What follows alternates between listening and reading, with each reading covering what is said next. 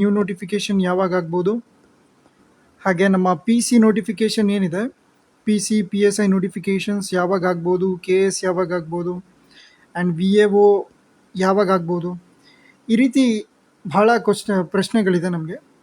But ಇಲ್ಲಿ ನೋಡಿದಾಗ ನೇಮಕಾತಿ ಬಂದ್ ಅಂತ ಇದೆ. ಕಾರಣ ಏನು?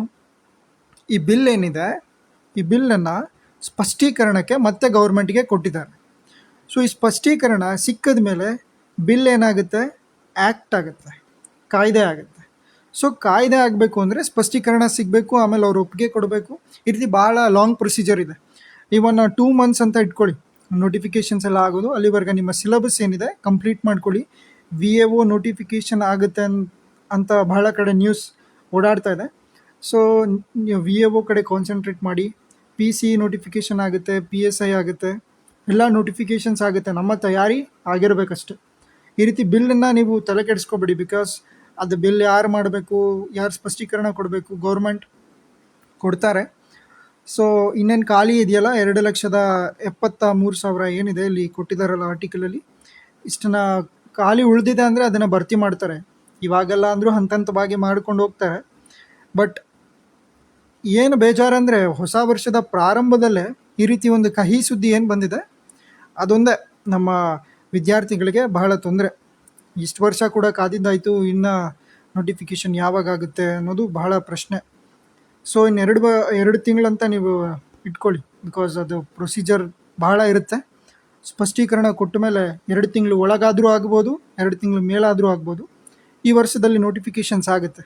ನಮ್ಮ ತಯಾರಿ ಮುಂದುವರಿಬೇಕಷ್ಟೆ. ಈ ವರ್ಷ ಏನಿದೆ P S I P C ಏನು ನಾವು ಅಂದ್ಕೊಂಡಿದ್ದೀವಲ್ಲ ಅದನ್ನು ತೊಗೊಂಡೇ ಹೋಗ್ಬೇಕು.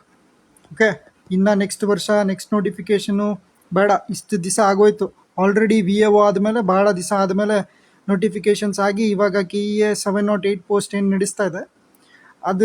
ನಡೀತಾ ಇದೆ. ಅದರಲ್ಲೂ ಕೂಡ ಬಹಳ ಪೋಸ್ಟಸ್ ಕಮ್ಮಿ ಇದೆ. ಪೋಸ್ಟ್ಗಳು ಭಾಳ ಕಡಿಮೆ ಇದೆ ಅಲ್ಲ. ಕೆಲವರಿಗೆ ಅದರಲ್ಲೂ ಕೂಡ ರಿಸರ್ವೇಷನ್ ಇಲ್ಲ. ಇದು ಬಹಳ ತೊಂದರೆ ಇದೆ. ನೆಕ್ಸ್ಟ್ ನಿಮ್ಮ ಗುರಿ ಏನಿದೆ, ಇದೇ ವರ್ಷದಲ್ಲಿ ಆ ಗುರಿಯನ್ನು ರೀಚ್ ಆಗಬೇಕು.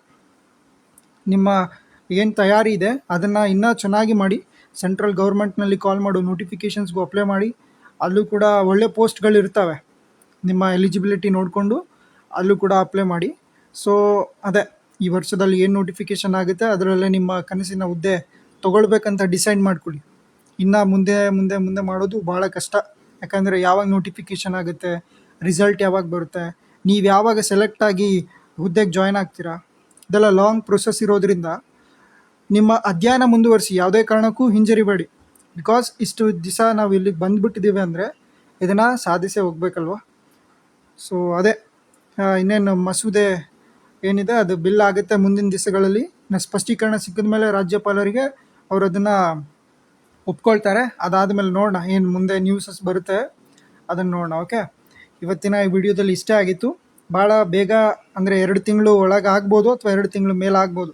ನೀವು 2 ತಿಂಗಳಂತಲೇ ಇಟ್ಕೊಂಡು ಬೇಗ ನಿಮ್ಮ ಸಿಲೆಬಸ್ ಏನಿದೆ, ಯಾವ ಎಕ್ಸಾಮ್ ನೀವು ಓದಬೇಕು, ಯಾವ ಎಕ್ಸಾಮ್ ನೀವು ಬರಿಬೇಕು ಅಂದ್ಕೊಂಡಿದ್ದೀರಾ, ಆ ಸಿಲೆಬಸ್ನ ಡೌನ್ಲೋಡ್ ಮಾಡ್ಕೊಳ್ಳಿ, ಓದೋಕ್ಕೆ ಸ್ಟಾರ್ಟ್ ಮಾಡಿ.